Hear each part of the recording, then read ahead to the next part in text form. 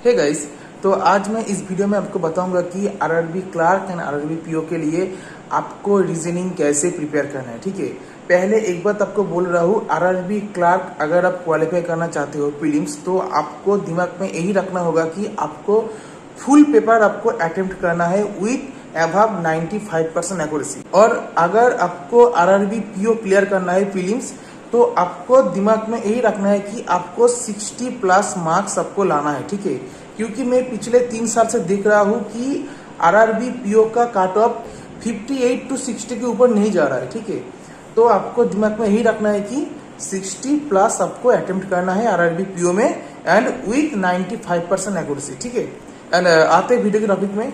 इस वीडियो में मैं आपको बताऊंगा कि how to prepare reasoning for RRB PO and RRB clerk, and this video will be applicable for every banking exam.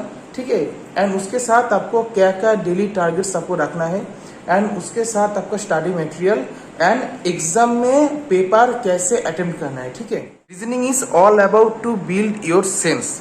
आप जितना ज्यादा रीजनिंग प्रैक्टिस करोगे उतना ज्यादा आपका सेंस डेवलप होते जाएगा एंड उतना ज्यादा आपका मार्क्स इंक्रीज होते जाएगा। ठीक है, तो सबसे पहले आप ऑनलाइन में जाओ, कोई भी एक ट्यूटर को पकड़ो जिसका पढ़ने का स्टाइल आपको अच्छा लगता है, उसको पकड़ो एंड उससे आपका जो रीजनिंग का जो बेसिक्स जो है, जो कॉन्सेप्ट है, क्लियर कर लो फर्स्ट ऑफ ऑल। ठीक है, एंड इसके बाद आपका एक ही काम होगा, प्रैक्टिस एंड प्रैक्टिस। ठीक है, अब आता हूँ आपको डेली क्या का आपको प्रैक्टिस करना है। ठीक है, ये वाला जो लिस्ट में मोबाइल पे लिख के रखा हूँ, इसको मैंने भी प्रैक्टिस करता था। मैंने प्रिपरेशन की पहले का 5 to 6 मंथ मैं ये सब डेली प्रिपेयर करता था। ठीक है, तो सबसे पहले आपको सिलॉक 10 to 20 आपको रोज करना है। ठीक है, एंड सिलॉक के अंदर जो रिवर्स सिलोगिज्म होता है, जो मेंस में आता है, वो भी आपको प्रैक्टिस करना है। ठीक है, इसके बाद आपको इनइक्वालिटी प्रैक्टिस करना है 10 to 20 क्वेश्चन, एंड 20 क्वेश्चन में आपका 10 क्वेश्चन नॉर्मल वाला जो इनइक्वालिटी आता है प्रीलिम्स में वो करना है, एंड बाकी 10 वाला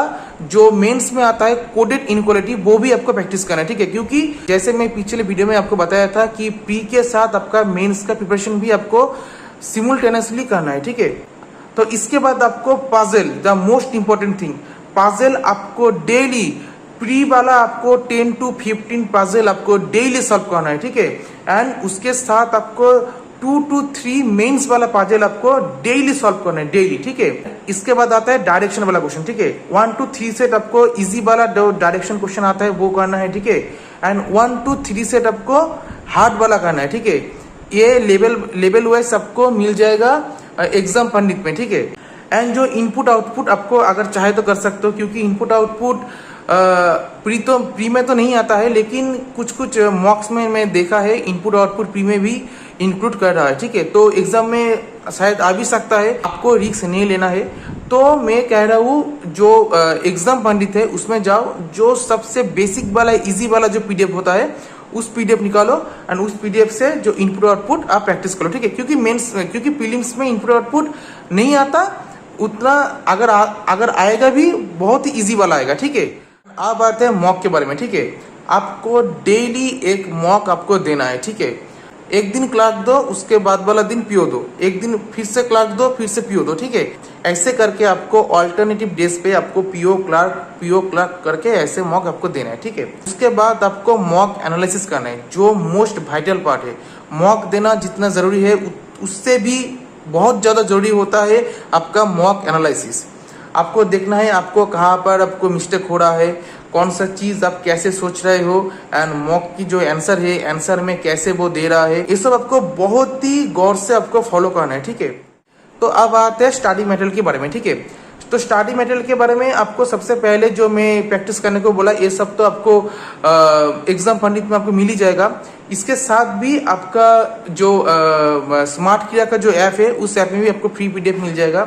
एक इसके साथ गाइडली का एक बांडल पीडीएफ कोर्स आता है। ठीक है, वो कोर्स बहुत अच्छा होता है। ठीक है, तो वो बांडल पीडीएफ का कोर्स आप ले सकते हो। ठीक है, एंड अड्डा के एक बुक आता है। ठीक है, उसका नाम है एस रीजनिंग। ठीक है, वो बुक आपको पूरा के पूरा आपको सॉल्व करना है। ठीक है, एंड इसके साथ आपको अड्डा की क्विज एंड पीएम की क्विज आपको सॉल्व करना है। ठीक है, एंड उसके साथ जो क्विज आप सॉल्व करो उसको आपको बहुत ही अच्छे तरीके से आपको एनालिसिस करना है। ठीक है, तो अब आते हैं आपको एग्जाम में रीजनिंग का पेपर कैसे अटेम्प्ट करना है। ठीक है, सबसे पहले आप रीजनिंग की पेपर स्टार्ट करो, जो मिसलिनियस पोर्शन है उससे स्टार्ट करना है, ठीक है। कभी भी आपको पजल से एग्जाम पेपर नहीं स्टार्ट करना है, क्योंकि अगर आप पजल में कहीं पे भी अटक गए तो वो तो टाइम बर्बाद होगा ही, एंड उसका इफेक्ट आपका दिमाग में रहेगा, जिसका इफेक्ट आपका आगे वाले जो इजी जो क्वेश्चन होगा उसमें भी पड़ेगा, ठीक है। तो आपको एग्जाम में एक डिस्टर्बेंस आ जाएगा, ठीक है। तो आपको पजल से एग्जाम कभी भी नहीं स्टार्ट करना है, ठीक है।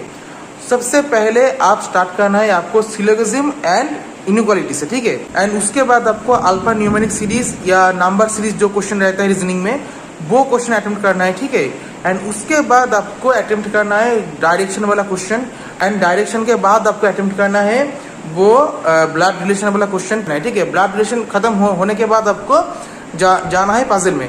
एंड आपको दिमाग में यही होना चाहिए कि पजल क्वेश्चन आपको 2 to 3 मिनट्स में आपको सॉल्व करना ही करना है। ऐसे प्रैक्टिस करो अभी से कि पजल आपको 2 to 3 मिनट्स में आपको हो जाना चाहिए। मैं 3 मिनट्स बहुत ज़्यादा बोला, आपको प्रीलिम्स की पजल एंड क्लार्क लेवल की पजल आपको 2 मिनट्स के अंदर ही आपको सॉल्व करना है, ठीक है। अब डेली टारगेट्स जो मैंने बोला वो करते रहिए, वो आपको नहीं छोड़ना है, ठीक है। वो आपको डेली करना है। जैसे आप डेली नहाते हो, खाते हो, बात करते हो, सांस लेते हो, ऐसे वो भी आपको डेली करना है, ठीक है। वो बहुत इंपॉर्टेंट है। आपको तब तक करना है जब तक ये सब आपको आपका खून में मिक्स ना हो जाए, तब तक आपको वो डेली करना है, ठीक है। तो मैं इस वीडियो में सब कुछ कवर कर चुका हूँ। अगर कोई भी चीज़ मुझसे छूट गया है तो कमेंट में बोल देना, एंड मेरे इंस्टाग्राम पे मुझे मैसेज कर देना, मैं वहाँ पर जाके रिप्लाई कर दूंगा। तो बेस्ट ऑफ लक, आप प्रिपेयर करते रहिए। तो मैं वीडियो यहीं पे एंड करता हूँ। बाय।